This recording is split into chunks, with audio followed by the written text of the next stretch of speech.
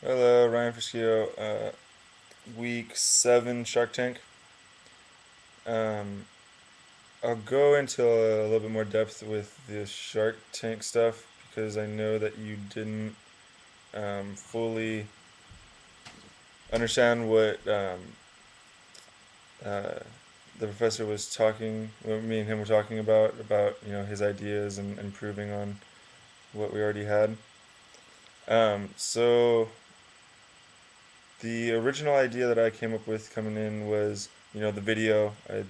The merging from the avatars into us while we state the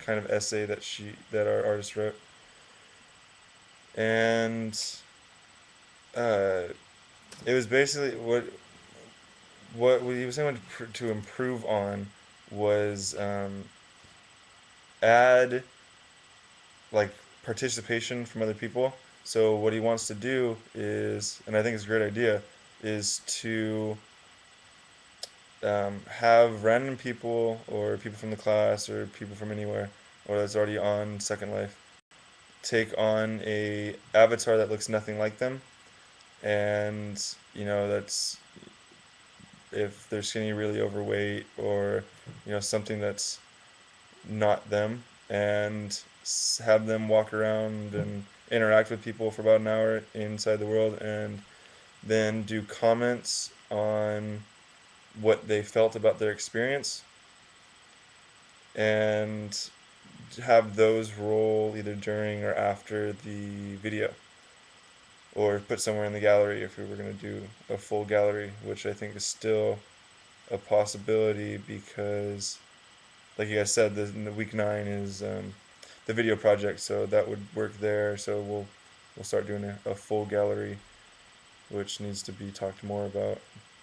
Um,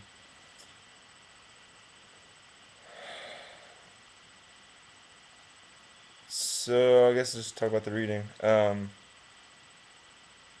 Go off of the questions that you guys sent out. It starts. Okay, who was Luther Blissett? Um, I don't know if you have ever seen V for Vendetta or anything involving a Guy Fawkes mask, but it's basically the same thing. It's so you can keep your anonymity and um, do things like, in V for Vendetta, it's revolt. In these instances, it's mess with the media or do things that you wouldn't normally have the courage, I guess, to do. Or also say don't get in trouble. But it is a Guy Fawkes mask, but as a persona instead of a mask. Well, Guy Fawkes is also a persona, but it does. I guess Luther Blissett just isn't a mask. Um, Number two, what does the life as consider? The main thing I got from it asking to consider is, does a person really have to exist in order for them to be important? And I mean, if it's a funny question because the wording as saying, does a person have to exist in order to have them? It's not really a person. It's a name. It's a ideology. It's a. Is that going to stop it? No. It's a way to have people do things that they wouldn't normally do. So I wouldn't necessarily call them a person. It's iffy. Have people seen their time? They're still relevant. They're definitely still relevant. Especially in the, yeah, just like I said, like the Guy Fawkes. Um, Name some examples. Well, when they do the media stuff, it's very, I don't know real world examples, but it's useful in the media in keeping the truth to what they're printing. And by saying that, going into question number 4, the whole idea was because the news media and all the things were not keeping their information sources to a high enough criteria.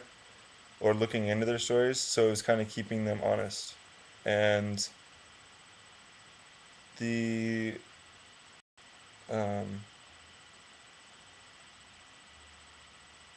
something would provoke these artists. That's what's provoking them.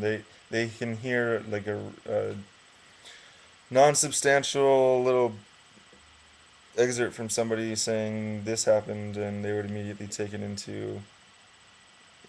as credit, as full-fledged news, which they definitely should not. But I think even Franco, as well as other artists involved in this project, did not reveal to the public that there was no. Because that's not the point of having a mask, a source. You don't reveal to people that there is no this person. That defeats the whole purpose. And the last, my quote is, "It's better to leave a minute earlier, leaving people wanting more than to leave a minute too late when people are getting bored." And talk about that a little bit. Absolutely agree. Uh, it's a fine line because if people take this for full truth, they might be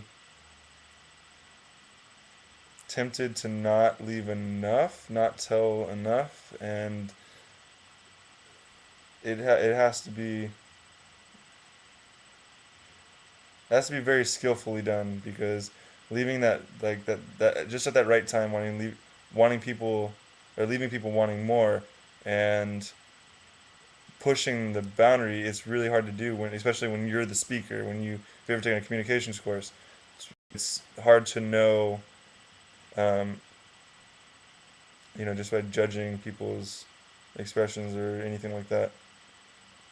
And I think that's it for week 7. We'll talk more about the ideas that were brought up in the Shark Tank and do a full gallery most likely. I'll have to talk to you about that.